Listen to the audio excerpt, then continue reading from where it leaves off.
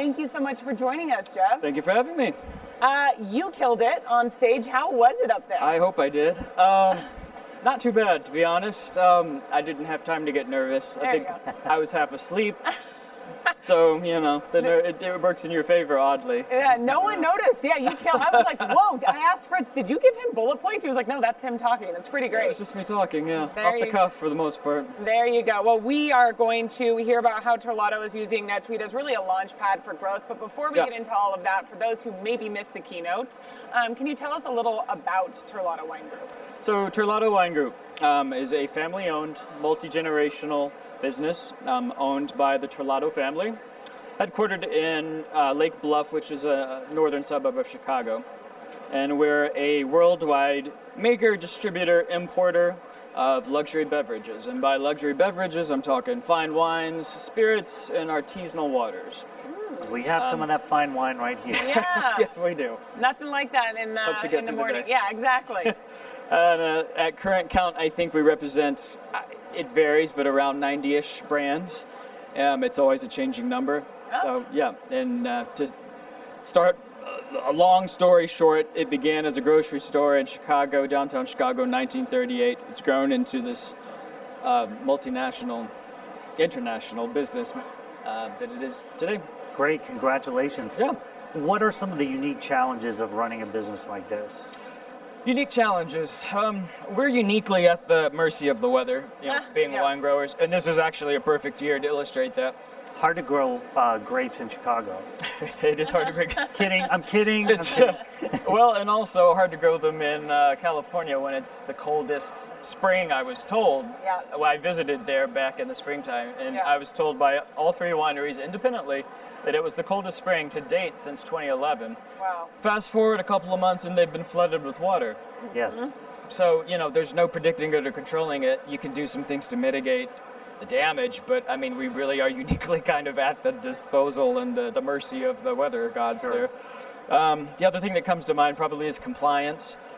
In the United States, every state has a different liquor law, and we have to know those laws. Some allow shipping in, some allow shipping out, some don't allow either.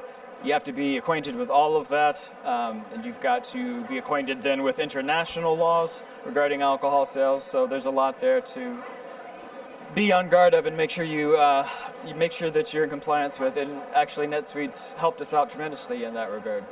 Well, let's talk about that for a minute. I mean, I know NetSuite can't help predict the weather yet. Yeah. But how is NetSuite helping Terlato with some of its challenges? Well, prior to NetSuite, we had a group of kind of disparate systems that didn't do a lot of talking. They weren't integrated. And so what we would have to do to create reporting, for instance, to pair sales data with budget data, it would involve cobbling together two different data sets into one. And, that introduces human error. Mistakes are made sometimes, and sometimes you'd end up making conclusions off of data that wasn't really solid. And what NetSuite has allowed us to do now is to fully integrate. With the ERP, we have our planning and budgeting tool, NSPB, which directly integrates. We have the NSAW, the warehouse, which directly integrates. And then we have additional modules that we've purchased, demand planning, to better nail down our budgeting, fixed assets, and we've got more things in the pipe works with OCR, and there's all the time. We're a year into it now, and we're all the time discovering something new, some new feature to leverage. So We'd love to hear it. Yeah, you're the definition of Suite Up. We love that. Yeah. Beyond the benefits of the products individually, I mean, you talked about having these disparate systems, and that was a major challenge. What is the benefit of having this all integrated in one suite? Well, I mean, the simplicity of it being clouded is a big plus. It's all, you don't have to do the integrations. You don't have to change. When you have a custom field, for instance, in NetSuite, which is highly customizable, and you're going to have a lot of custom fields, they just kind of automatically feed into NSAW or into the ERP. There's no monkey work you have to do with the integration, no tech work that has to be done. Prior, we had SSIS data feeds that, SQL Server integration services that have to be, that's a job into itself. You need a DBA type role, which thankfully in my in my past life, I was that. So I was able to take care of some of that, but having everything in one spot, one concise location, it makes it easy to paint a picture to make decisions off of. And it's been a great benefit to the sales team, to the exec team, everybody, operations across the board. Oh, that's great to hear. You mentioned a couple of products that Evan talked about in his keynote. You talked about them on stage 2, NetSuite Planning and Budgeting, and also NetSuite Analytics Warehouse. What challenges were you facing in trying to get the most out of your data prior to implementing that? So we had an analytics tool when I started. It was about 10 years out of date, and so much so that the provider, the software developer, didn't even support it anymore. It's not a widely used product, and getting any assistance on it was very difficult. Even online, Googling answers was difficult. And so as a result of that, changes weren't really made to it. It was built and it was kind of left, and it didn't evolve, it didn't grow. And that's against the entire point of analytics and dashboarding. You want it to be a constantly evolving product.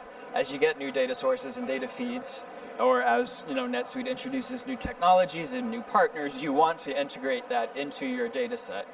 And that was one of the challenges, is we didn't have that option. But with NetSuite, now we do. Great. Now, you also mentioned NetSuite Planning and Budgeting. Can you tell us a bit about the challenges you faced with forecasting and how you've overcome those now with NSPB? Yeah, so prior to NSPB, we had Oracle PBCS, Planning and Budgeting Cloud Service, I believe it stands for. Yep. And there was a crude integration between our existing old ERP and that tool. And we were able to get some information out of it, but I mean, when we moved to NetSuite, it was just a no-brainer to use NSPB. NSPB has a really great report writer. It comes in handy for ad hoc reporting. So if there's any demand for that, we tend to use that tool for it, and we have some really happy salespeople because of it. We also use it to track depletions, so it's not strictly used for financial. Right. It has its other uses, and yeah. Well, I mean, seriously, so cool to hear like a real life use case, right? Of all the different ways that you are suiting up. So we really appreciate you joining us here on NetSuite TV. Thank you, my pleasure.